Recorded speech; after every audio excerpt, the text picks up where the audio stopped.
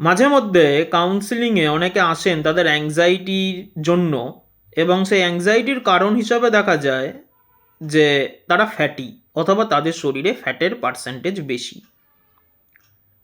সেই জন্য তার পরিবারের আত্মীয় পরিজনরা বিভিন্ন রকম কথা শোনায়, বন্ধু বান্ধবরা বিভিন্ন রকম ইয়ার্কি ফাজলামি করে, প্রতিবেশীরা বিভিন্ন রকমের জ্ঞানমূলক টিপস দেন। তো তারা সেইগুলো যে অনুসরণ করেনি তা নয়, চেষ্টাও করেছেন অনেক, কারোর ক্ষেত্রে কোনো কাজ হয়নি, আর কারোর ক্ষেত্রে হয়তো হয়েছে কিন্তু সেটা সাময়িক, কিছুদিন পর আবার যেমনকে তেমন ফ্যাট ঘুরে চলে এসছে। সেই নিয়ে তারা অ্যাংজাইটিতে চলে গেছেন। তো তাদের তো কাউন্সেলিং দেওয়া হয়, বিভিন্ন রকম প্রসেস রয়েছে, কিন্তু আজকের ভিডিওটি বানানোর উদ্দেশ্য অন্যখানে। এই যে ফ্যাট আমরা দেখি, কারোকে আমরা যদি ফ্যাটি দেখি, আমরা কি বলি যে হয় লোকটি বেশি খায়, অথবা সারাদিন বসে থেকে কাজকর্ম কিছু করে না, বসে থেকে থেকে ফ্যাট জেনারেট করে ফেলেছে। কিন্তু বাস্তবিক ক্ষেত্রে ঘটনাটা অন্য কিছু থাকে। এই ফ্যাটকে যদি কন্ট্রোল করতে হয়, অনেকগুলো সেক্টরকে এক জায়গায় এসে কাজ করতে হয়। তাহলে কি কি কারণে ফ্যাট জেনারেট হতে পারে আমরা আগে সেটা দেখে নিই। অনেককে দেখবেন যে খায় প্রচুর কিন্তু গায়ে লাগে না, আবার অনেকের যদি এক গ্লাস জল খেয়েও বসে থাকে তাদের শরীরে ফ্যাট জেনারেট হতে থাকে। তো আজকের বিষয়টা হচ্ছে, যারা এরকম এক গ্লাস জল খেয়ে থাকলেও ফ্যাট জেনারেট হয়ে যায়, তো কি কারণ এবং তার জন্য কি করবেন, এবং যদি অ্যাংজাইটিতে চলে যান তাহলেও বা কী সমস্যা হতে পারে, সেই বিষয় নিয়েই বলবো।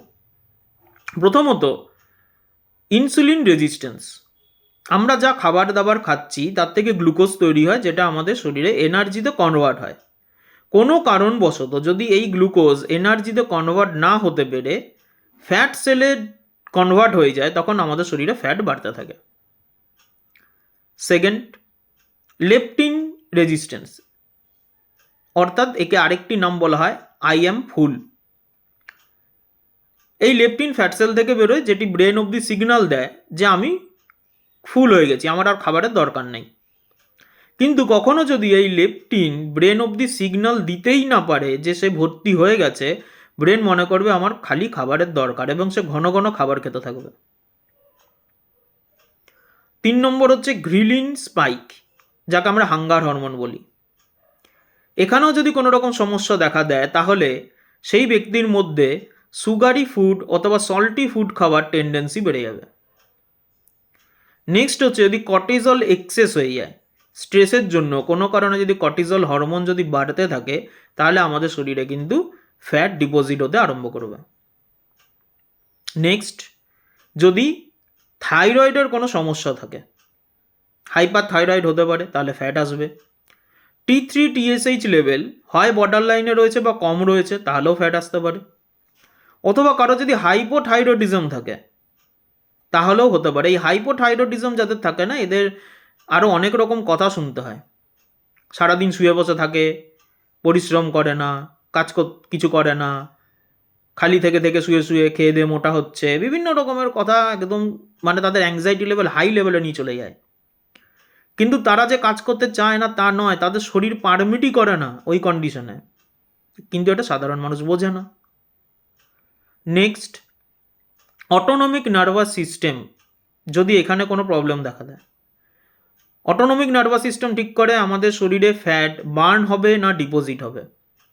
এবার যদি কোনোভাবে সিম্প্যাথেটিক নার্ভাস সিস্টেম বা প্যারাসিম্প্যাথেটিক নার্ভাস সিস্টেম হয় স্ট্রেসড হলো বা স্লো ডাউন হয়ে গেল, তাহলেও কিন্তু আমাদের শরীরে ফ্যাট ডিপোজিট হতে আরম্ভ করে দেবে।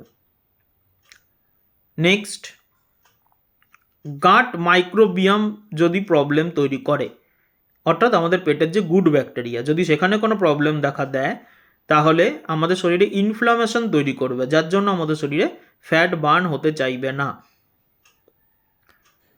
নেক্সট, যদি কোনোভাবে আমাদের শরীরে গ্লাইকোজেন প্রবলেম দেখা দেয়, তাহলে আমাদের শরীরে কার্বোহাইড্রেট রিসিভই করবে না, এবার যার জন্য ঘন ঘন খিদে পেতে থাকবে।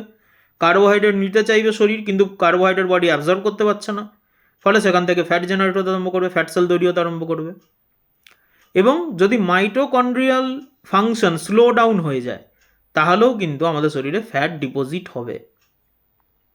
তো এতগুলো কারণ হয় যখন একজন ব্যক্তিকে আমরা মোটা দেখি তার পেছনে, তাহলে তার জন্য কি করতে হয়? কোনো একটি পার্টিকুলার সেক্টর নিয়ে আপনি কাজ করতে পারবেন না, আপনাকে সমস্ত সেক্টরকে এক জায়গায় নিয়ে আসতে হবে। আপনি কি খাবেন না খাবেন তার জন্য ডায়েটিশিয়ান রয়েছেন। আপনার স্ট্রেস যদি থাকে, কর্টিজল লেভেলকে ঠিকঠাক করার জন্য কাউন্সিলার অথবা কোনো সাইকিয়াট্রিস্টের সাথে কনসাল্ট করতে পারেন। হরমোন রিলেটেড যা যা রয়েছে তার জন্য আপনাকে কোনো এন্ডোক্রাইনোলজিস্টের সাথে কনসাল্ট করতে হবে। গাট ফাংশন ঠিকঠাক রাখার জন্য আপনাকে কোনো গ্যাস্ট্রেন্টোলজিস্টের সাথে ঠিকঠাক কনসাল্ট করতে হবে। এবং আপনাকে প্রপার এক্সারসাইজ এবং একজন ভালো কোচের আন্ডারে অথবা জিম ইনস্ট্রাক্টরের আন্ডারে গিয়ে আপনাকে প্রপার এক্সারসাইজ করতে হবে। এই এত কিছু মিলিয়ে নিয়ে তবে গিয়ে একজন ব্যক্তির ফ্যাটের জায়গা ঠিক হয়। তাই যাকেই ফ্যাট আমরা দেখতে পাই তাকেই আমরা কিছু ওই 2-3 লাইনের জ্ঞান দিয়ে দিলাম, তার অ্যাংজাইটি লেভেল বাড়িয়ে দিলাম, করার কোনো দরকার না। সে তো তার মতন আছে, থাকুক না। আমার শরীরে কী হচ্ছে সেটা আমি দেখি না, অন্যের শরীরে কী হচ্ছে তত আমার মন দেওয়ার দরকার নেই। কিন্তু সেটা তো নয়, লোককে একটু সহজে জ্ঞান দিতে পারলে নিজের একটু ভিতরে শান্তি আসে, এই আর কি ব্যাপার। এবং সেই জন্য যে তারা অ্যাংজাইটিতে চলে যায় সেটা আবার অনেক লোক বুঝতেই পারে না। তো এই বিষয়গুলো, এই ভিডিওটা বানানোর উদ্দেশ্য এটাই যে আপনাদের যদি কারোর এরকম ফ্যাট আসতে থাকে বা এই যে মনে হচ্ছে যে 1 গ্লাস জল থাকলেও আমার খেলেও আর কি আমার শরীরে ফ্যাট চলে আসবে, তাহলে অবশ্যই এই সেক্টরগুলো নিয়ে একটু সচেতন হন। সেই রকম আপনার নিয়ারেস্ট কাউন্সিলার, সাইকিয়াট্রিস্ট, সেই রকম ডিপার্টমেন্টের ডক্টরের সাথে কনসাল্ট করুন, ডায়েটিশিয়ানের সাথে কনসাল্ট করুন। সেইভাবে আপনি আপনার লাইফস্টাইল ঠিক করুন, দেখবেন আস্তে আস্তে ঠিক হয়ে যাবেন। আরেকটি বিষয় বলে রাখি যে অনেকে একটি প্রশ্ন করেন, হোয়ে প্রোটিন খাচ্ছি তার জন্য নাকি ফ্যাট বেড়ে যাচ্ছে, আমাকে অনেকে বলছে। সেই ফুড নিয়ে আবার সে অ্যাংজাইটিতে চলে যায়। সেটা নিয়েও অনেকে আসেন যে আমি কি খেয়ে ভুল করলাম, অনেকটা তার মধ্যে ফোবিয়া টাইপের কাজ করে। সেই বিষয় বলি যে হোয়ে প্রোটিন এর সাথে ফ্যাট জেনারেট হওয়া বা এই যে অনেকে জিজ্ঞেস করেন কিডনি খারাপ হওয়া বা লিভার খারাপ হওয়ার কোনো সম্পর্ক নেই। অনেক জায়গায় স্টেরয়েড থাকতে পারে, সেই স্টেরয়েডের জন্য হতে পারে, সেটা আলাদা ব্যাপার। কিন্তু যদি আমি পিওর হোয়ে প্রোটিনের কথা বলি তার সঙ্গে এগুলোর কোনো সম্পর্ক নেই। প্রত্যেকের একটি রেকমেন্ডেড ডোজ রয়েছে, সেই ডোজে যদি নেওয়া হয় তাহলে কোনো সমস্যা নেই। কার সমস্যা হতে পারে? যদি তার আগের থেকেই কোনো কিডনির সমস্যা রয়েছে, লিভারের সমস্যা রয়েছে, তার ক্ষেত্রে হতে পারে। ওভারডোজ নিয়ে নিল, সেক্ষেত্রে সমস্যা হলেও হতে পারে। সাধারণ ব্যক্তির ক্ষেত্রে দরকার নেই। আমাদের প্রত্যেক দিন শরীরে প্রত্যেক ভিটামিন, মিনারেলস, প্রোটিনের জন্য একটি ডেলি নেসেসিটি রিকোয়ারমেন্ট দরকার হয়। এবারে যখন কেউ এক্সারসাইজ করছে বা হেভি ওয়েট তুলছে, তার শরীরে সেই রিকোয়ারমেন্টটা আরেকটু হাই হয়ে যায়, ফলে তাকে দিতেই হবে। বরঞ্চ সে যদি তখন এই সমস্ত কথাবার্তা শুনে না খায় হোয়ে প্রোটিন বা অন্যান্য কোনো তার সাবস্টিটিউট প্রোটিন যদি না নেন, তাহলে কিন্তু ওই যে প্রোটিনটা ডেফিসিট হলো, সেই ডেফিসিট প্রোটিনের জন্য আপনার শরীরে অন্যান্য অর্গানে এফেক্ট করার চান্সেস হাই থাকে। ফলে কে কী বলছে না বলছে এই দিকে মনোযোগ না দিয়ে আপনি কোনো ডায়েটিশিয়ানের সাথে কনসাল্ট করুন, অথবা আপনি যেখানে জিম করেন সেই জিম ইনস্ট্রাক্টরের সাথে কথা বলুন, তারপরে আপনি নিন। এবং এই প্রোটিন ইনটেক বা যদি ভিটামিন মিনারেলস যদি ঠিকঠাক যদি আমাদের শরীরে সাপ্লাই যায়, তাহলেও কিন্তু আমাদের অনেকটাই anxiety, phobia, panic attack, stress এগুলো কিন্তু স্লো ডাউন হয়ে যায়। আজকের ভিডিওটি বানানোর উদ্দেশ্য এই ছিল, সচেতন হন সবাই। এবং কেউ মোটা হোক বা রোগা হোক অত কমেন্ট না করে তাকে বরঞ্চ প্রপার গাইড দিতে পারেন।